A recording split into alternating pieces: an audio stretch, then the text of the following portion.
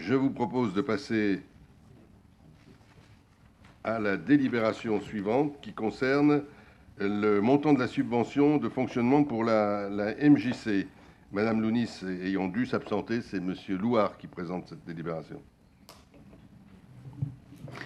Oui, bonsoir à tous, merci. Et puis bien sûr, je me joins à l'ensemble pour souhaiter la bienvenue à Madame Villardy, donc Caroline de son prénom.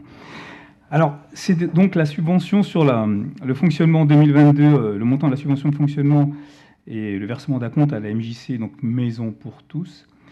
Alors, comme vous le savez, en fin d'année dernière, on avait approuvé les termes de la convention de partenariat Ville-MJC du 1er janvier 22 au 31-12-24. Cette MJC qui venait donc renforcer aussi notre politique d'enfance-jeunesse par une mission dans ce domaine en complément des actions du service jeunesse politique de la ville. Et dans ce cadre-là, donc, la commune met à disposition de l'MJC différents moyens financiers, etc. Et la convention de partenariat prévoit une subvention donc, de fonctionnement, montant fixé chaque année, avec d'abord une avance qui est versée en début d'année, donc les 3/12 de la subvention allouée à l'exercice précédent, ça correspond donc à ça.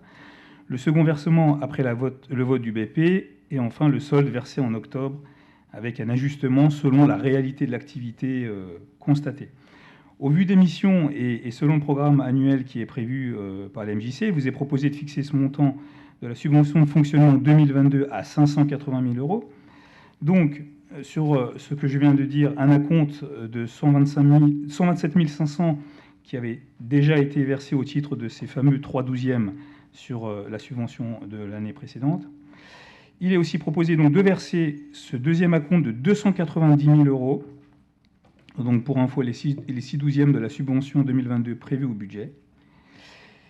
Voilà ce qui nous amène à proposer au conseil municipal de fixer le montant de cette subvention fonctionnement 2022 à la MJC Maison pour tous Annemasse d'un montant de 580 000 euros, de verser également les 290 000 euros en guise de deuxième acompte et de considérer que le solde de 162 500 euros interviendra en octobre 2022, donc sous réserve de l'activité réelle.